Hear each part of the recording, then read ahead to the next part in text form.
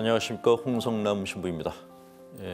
오늘은 여러분들과 같이 분노에 대해서 생각해보는 시간을 갖도록 하겠습니다. 고해성사를 드리다 보면은 화를 냈다고 고백하시는 분들이 참으로 많으십니다.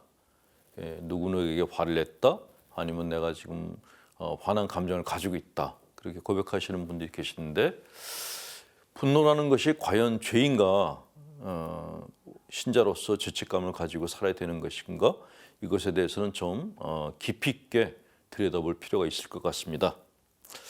자, 신앙생활을 하면서 가장 힘든 것 중 하나가 화를 참는 것이다 라고 얘기하는 분들이 많으세요. 자, 이 방송을 보시는 분들 중에서 혹시 살아오시면서 화를 낸 적이 한 번도 없는 분 계십니까? 저는 살아오면서 수도 없이 화를 많이 냈었습니다. 간혹 근데 종교인들 분들 중에서 분노를 버려라, 또 마음을 비우고 편안히 가져라, 그렇게 얘기하는 분들을 보면은 정말 저분들이 화를 안 내고 사셨을까 하는 그런 의구심을 가질 때가 한두 번이 아닙니다. 자, 분노라는 것은, 분노에 대해서 우리가 죄라고 생각하는 것은 사실 그 성경 구절 때문에, 성경의 주님 말씀 때문에 그렇게 생각하는 경향이 있죠. 성서에 이런 말씀이 있습니다. 살인해서는 안 된다. 살인한 자는 재판에 넘겨진다고 옛사람들에게 이르신 말씀을 너희는 들었다. 그러나 나는 너에게 말한다. 자기 형제에게 성을 내는 자는 누구나 재판에 넘겨질 것이다. 그리고 자기 형제에게 바보라고 하는 자는 최고 의회에 넘겨지고 멍청이라고 하는 자는 불붙는 지옥에 넘겨질 것이다. 그러므로 네가 제단에 예물을 바치러 가다가 거기에서 형제가 너에게 원망을 품고 있는 것이 생각나거든 예물을 거기 제단 앞에 놓아두고 물러가 먼저 그 형제와 화해하라. 그런 다음에 돌아와서 예물을 바쳐라. 너를 고소한 자와 함께 법정으로 가는 도중에 얼른 타협하라. 그렇지 않으면 고소한 자가 너를 재판관에게 넘기고 재판관은 너를 형리에게 넘겨 네가 감옥에 갇힐 것이다. 내가 진실로 너에게 말한다. 네가 마지막 한 입까지 갚기 전에는 결코 거기에서 나오지 못할 것이다. 라는 말씀이 있습니다. 자, 복음서에 있는 이 말씀에 근거해서 많은 교우분들이 성을 내는 것은 죄다라고 생각하십니다. 자, 이것에 대해서 영성심리학자들은 어떻게 설명을 하는지 한번 잘 들어보시기 바랍니다. 우리가 겪고 있는 정서상의 문제를 가중시켜 있는 것은 우리 자신의 인간적 속성, 자신의 감정에 대한 오해와 두려움 때문이다. 이런 오해가 그리스도의 메시지에 대한 오해와 결부될 때 심한 내적 혼란을 겪게 된다. 인간적인 속성과 그리스도교 메시지 간의 양립성에 대한 오해에서 빚어지는 이런 혼란은 불필요한 고통, 불건전한 죄책감, 수심을 유발한다. 그랬습니다. 복음에 대해서 우리가 가지는 오해가 분노를 죄로 인식하는 그런 오류를 범할 수 있다라는 그런 이야기입니다. 자, 그러면 죄는 뭐고 분노라는 것은 무엇인가? 분노는 한마디로 말하면 감정입니다. 이 감정과 죄는 어떻게 다를까요? 자, 죄란 우리가 느끼는 감정에 존재하는 것이 아니라 우리가 행하는 부적절한 행위에 존재한다. 즉, 감정은 내 마음에 문제가 생긴 것일 뿐 그것 자체가 죄는 아니다라고 얘기합니다. 자, 만약에 여러분들이 옆집 사람 때문에 화가 났습니다. 근데 그 사람한테 화를 내지 않고 나 혼자서 막 화를 내고 있어요. 그게 죄일까요? 아닙니다. 죄라는 것은 내가 그 사람한테 가서 고의적으로 상해를 입혔을 때, 어떤 폐를 끼쳤을 때, 그 사람이 나로 인해서 큰 손실을 봤을 때 그때부터가 죄라고 하는 것이죠. 그러니까 고의성이 있어야 돼요. 직접적인 해도 끼쳐야 되고. 그러나 그냥 나 혼자 화를 내는 것은 상대방과 전혀 관계없이 나만 화가 있는 것일 뿐, 화가 난 그것뿐인 것입니다. 그러니까 감정이라는 것은 내가 갖고 있는 불편함일 뿐이지 다른 사람들에게 해를 끼치는 것은 아니란 것이죠. 제가 농담 삼아서 그런 얘기를 해요. 누군가가 나를 화나게 하거든 그 사람의 물건에다 화풀이 하라. 이게 심리치료에서 흔히 이렇게 권하는 그 분노 해소 방법입니다. 그런다 그래서 그 사람한테 어떤 상해가 가느냐? 그렇지 않다는 거죠. 그냥 물건만 망가지는 것일 뿐인 거죠. 그리고 그렇게 하고 나면 마음 안에 있는 분노가 해소가 돼서 마음이 편안해지는 것입니다. 그러니까 감정과 죄는 다르다라는 것이죠. 분노는 감정일 뿐이다라는 것을 유념하시기 바랍니다. 자, 감정이란 무엇인가에 대해서 심리학자 유진 젠들리는 이렇게 말했습니다. 우리 마음 가운데는 느끼고는 있지만 막연해서 말로 표현하기 어려운 여러 가지 감정이 있는데 이 감정의 흐름은 시냇물의 흐름과 같아서 어떤 때는 세차게, 어떤 때는 잔잔하게 흐른다.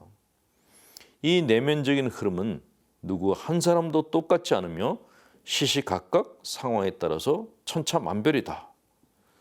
시각적인 이미지와 언어로 표현할 수 있는 감정은 감정 중에서도 극히 제한된 일부에 지나지 않을 만큼 우리 마음 안에는 다양하고 풍부한 감정 체험이 일어나고 있다라고 했는데 그 감정들 중에 하나가 분노라는 것이죠. 자, 그렇다면은 감정이란 무엇인가? 감정은 마음의 근육이라고 합니다. 마음 심자, 근육 근자를 써요. 심근이라고 합니다. 자, 우리 신체 부위는 근육으로 되어 있죠. 근데 우리 신체 부위 중에서 좋은 것과 나쁜 것이 있습니까? 그렇지 않습니다. 내가 별로 이렇게 좋아하지 않는 신체 부위는 있어요. 뭐 중년기에 들어서신 분들은 뱃살에 대해서 불만들이 많으시죠. 그렇지만 뚱뚱한 배를 보고 나쁘다고 하지는 않습니다. 그냥 불편하다고 할 뿐이죠. 배가 나왔다 그래서 그것을 미워하지도 않습니다. 그냥 불편할 뿐이죠. 배가 나왔다 그래서 그것을 고해성사 부는 사람은 아무도 없습니다. 왜냐하면 배가 나온 것은 죄가 아니고 그냥 불편한 것일 뿐이기 때문입니다. 분노란 감정도 이와 마찬가지입니다. 분노는 우리가 가지고 있는 불편한 감정일 뿐 그것이 죄는 아니라는 것이죠. 죄는 내가 화가 나서 누구한테 직접적인 어떤 행위를 해서 상대방에게 가해를 했을 때 그때부터가 죄인 것입니다. 그렇다면 이 분노라는 것은 쓸모없는 것인가? 그렇지도 않다라는 것이죠. 우리 신체 근육 중에서 쓸모없는 것이 무엇이 있겠습니까? 한번 생각해 보세요. 내 신체 부위 중에서 쓸모없는 데가 어디가 있는가? 한 군데도 없습니다. 만약에 내가 나는 뭐 뱃살이 쓸모가 없어 그렇게 마음 먹고 있다 하더라도 그래? 그럼 내가 그 뱃살 좀 정리해 줄까? 하면서 누군가가 식칼을 갖고 온다면 기겁을 하고 도망갈 것입니다. 갑자기 자기 뱃살이 자기 자신이라는 걸 갖다 느끼게 된다는 것이죠. 이와 마찬가지로 분노란 감정도 우리 심근 중에 하나입니다. 그러니까 없애서도 안 되고 없어져서도 안 되는 아주 중요한 감정 중에 하나가 분노라는 것이죠. 자, 사람의 몸이 얼마나 건강한가 하는 것은 요즘은 뭐 몸짱 얘기들 참 많이 하지 않습니까? 근데 몸이 몸짱인 분들을 보면은 특정 부위를 갖다가 발달시키고 어떤 부위는 좀 소홀히 한다라는 느낌을 받을 때가 있습니다. 근데 진정으로 그 몸이 건강한 분들은 특정 부위만 근육을 발달시키는 것이 아니라 온몸의 근육을 다 골고루 발달시킨 분을 진정으로 몸이 건강한 분이라고 그렇게 말을 하죠. 이와 마찬가지로 마음도 마찬가지입니다. 마음도 특별히 어떤 감정만 뭐 사랑, 온유함 이런 우리에게 편안한 감정만 발달시킨다면 심리적으로 불균형 상태에 빠질 수 있다는 것이죠. 그래서 심리치료사들은 우리 마음 안에 있는 감정들 중에서 우리가 불편하게 여기는 감정도 마찬가지로 잘 훈련시키고 발달시켜야 된다라고 얘기합니다. 그래야지 건강한 그런 몸과 마음을 가지는 신앙인이 될 수 있다라고 얘기합니다. 자, 간혹 분노 때문에 힘들어 죽겠다라는 분들이 계세요. 아무리 마음의 근육이라고 하더라도 불편하다. 그런 분들이 계시는데 그런 분들께는 저희가 그 분노를 갖다 해소하는 방법을 갖다 알려드립니다. 분노도 사이즈가 있습니다. 이게 작은 것부터 중간치, 큰 것 이렇게 크기가 다 다릅니다. 분노의 사이즈가 작은 것은 그냥 생각만으로 긍정적인 생각을 하거나 아니면 즐거운 생각을 함으로써 분노를 조절할 수가 있습니다. 약간 사이즈가 큰 것은 또 다른 방법으로 이렇게 조절할 수가 있는데 분노가 감당하기 어려운 것일 경우에는 그런 것까지는 안 되죠. 그때는 분노를 해소하는 방법을 쓰셔야 됩니다. 분노 해소하는 방법은 정말 버라이어티하게 많습니다. 이 시간을 빌려서 여러분들께 분노를 해소하고 분노를 관리하고 또 분노를 갖다가 우리 실생활에 맞게 사용하는 방법을 천천히 알려드릴 것입니다. 세상에 문제 없는 사람은 없다라고 얘기를 하죠. 그 말씀 그대로 세상에 화가 없는 사람은 아무도 없습니다. 나는 태어나서 한 번도 화를 낸 적이 없어. 그런 분들은 나는 화를 안 냈지만 누군가를 많이 화를 내게 하신 성격 장애자일 가능성이 굉장히 많습니다. 나는 살아오면서 화를 누르고 참고 그러느라고 남에게 화를 낸 적이 한 번도 없어요. 그렇게 얘기하는 분들은 화를 억압하고 참느라고 속이 상할 대로 다 상하신 신경증 장애자이실 가능성이 굉장히 높습니다. 남들에게 분노를 다 발산하고 내 안에 분노가 하나도 없다고 하는 성격 장애자인 분이나 남들한테 화를 안 내려고 꾹꾹 눌러 참고 살아온 신경증 장애인 분들이나 다 분노 관리를 잘못하시는 분들이십니다. 그런 분들은 분노에 대해서 정확한 개념을 가지시고 분노를 잘 관리하는 그런 관리법을 갖다가 제대로 익히셔야지 마음의 건강을 유지할 수가 있고 다른 사람들에게 폐를 끼치지 않고 자기 자신도 상하지 않는 그런 건강한 신앙인이 되실 수 있을 것입니다. 다음 시간에는 또 분노의 다른 기능에 대해서 설명드리도록 하겠습니다.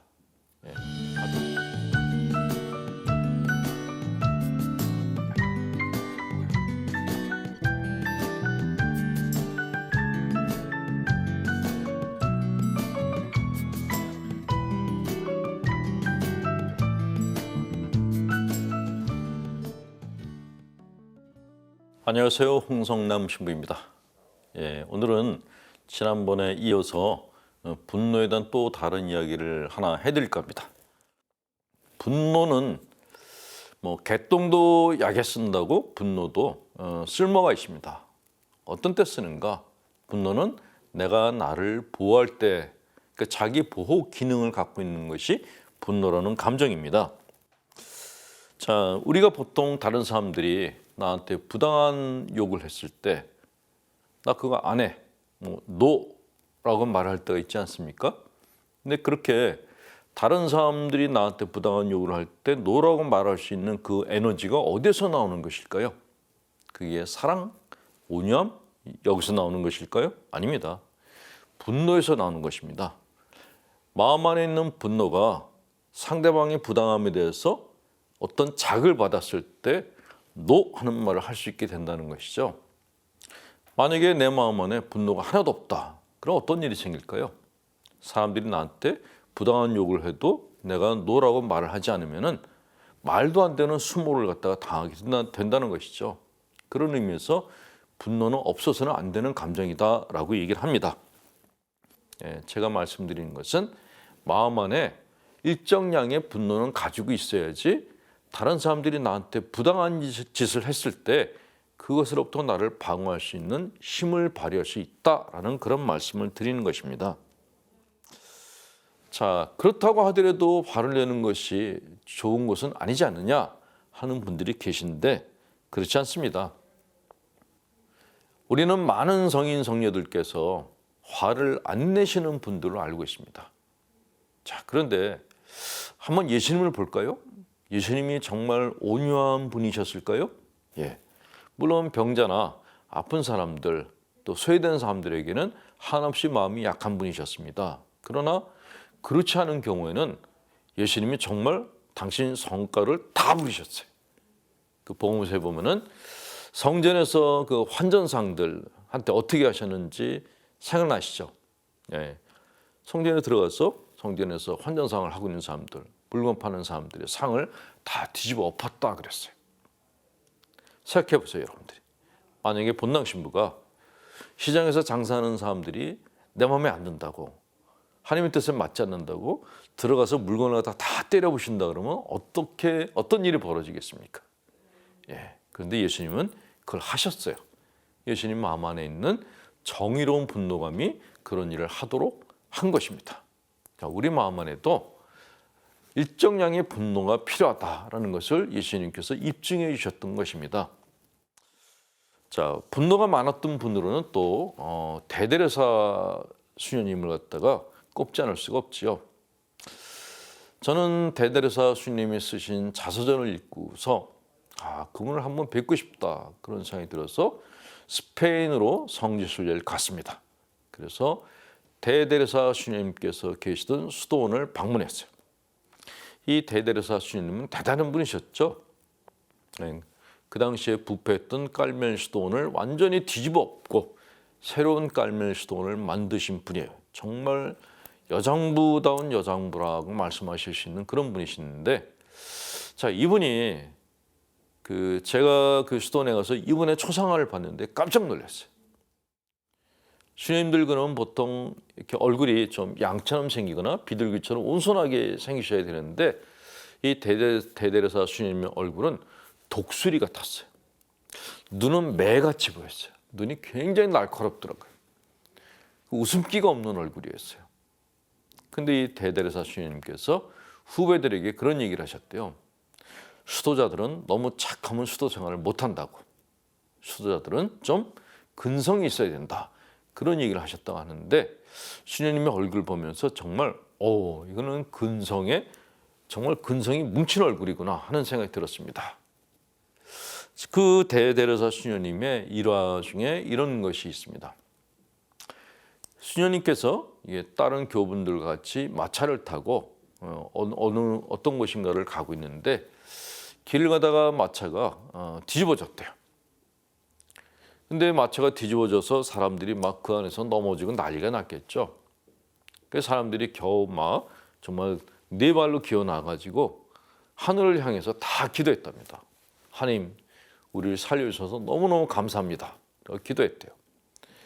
근데 대데레사 수녀님이 이렇게 막 기어 나오시더니 갑자기 하늘을 향해서 삿대질을 하시면서 그러셨대요. 이게 뭐냐고, 도대체 이게 뭐냐고 하나님께 항의를 하셨다는 그런 일화가 있습니다. 자, 심약하신 우리 신자분들이 볼 때는 경악할 만한 사건인데 그 수녀님께서 마음 안에 그런 분노를 갖고 계셨기 때문에 깔멜 수도를 갖다 개혁할 수 있는 그런 큰 결과를 갖다 얻을 수 있었다라는 것입니다. 자, 신자분들은 내 마음 안에 있는 분노를 비워야 된다, 버려야 된다라고 생각하시는데 그렇지 않습니다. 사람 마음 안에는 일정량의 분노가 있어야지 된다라는 것을 다시 한번 강조드립니다. 자, 분노는 사람에게 자기 권리를 지키게 하는 힘이 있을 뿐만 아니라 또한 사람에게 생동감을 불어넣어 주기도 합니다. 여러분들이 그 생선회를 먹으러 횟집에 가면은 화로가 있고 이렇게 죽은 회가 있죠. 근데 그 둘 중에서 어느 것이 더 비쌀까요? 화로가 훨씬 비쌉니다. 화로가 왜 비쌀까요? 화로가 그 고기질이 육질이 이렇게 죽인 다음에 이렇게 잡은 그 고기보다 훨씬 좋기 때문에 그렇다 그러죠. 제가 새 신부가 돼가지고 처음으로 이렇게 그 신자분들이 이제 횟집을 데려가서 화로라는 걸 처음 먹게 됐어요.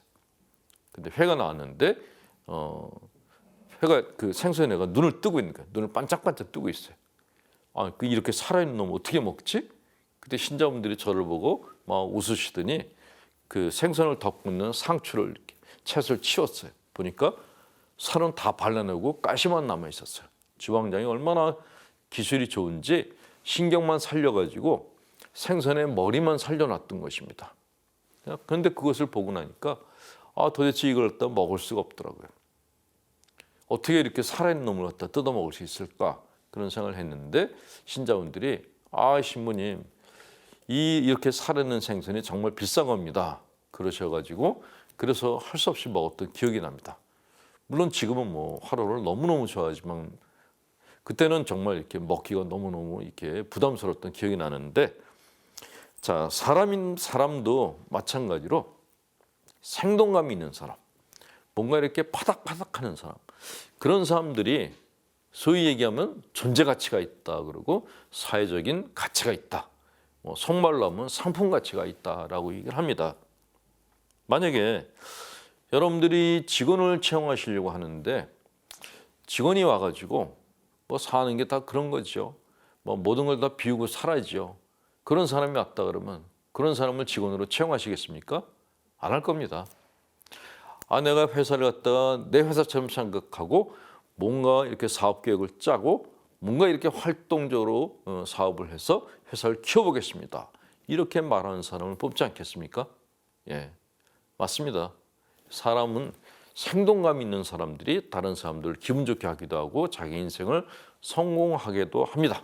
그런데 그런 생동감의 에너지의 근원이 어디인가? 분노라는 것입니다.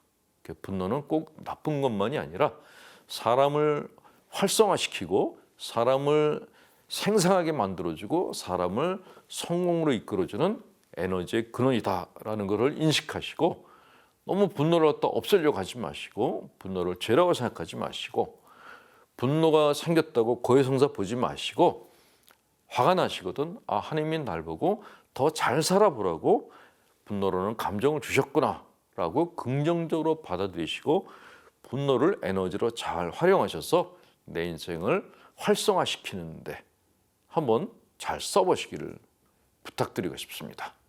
예. 분노를 통해서 성공한 인생 만드시길 권합니다. 예. 가톨릭 영성심리 상담소 소장 홍성남 신부였습니다.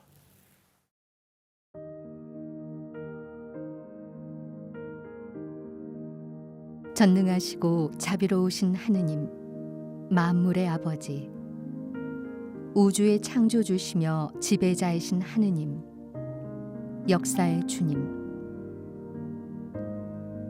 당신의 계획은 헤아릴 길이 없고 당신의 영광은 흠이 없으며 우리의 잘못에 대한 당신의 자비는 다함이 없으니 당신의 의지 안에 우리의 평화가 있습니다.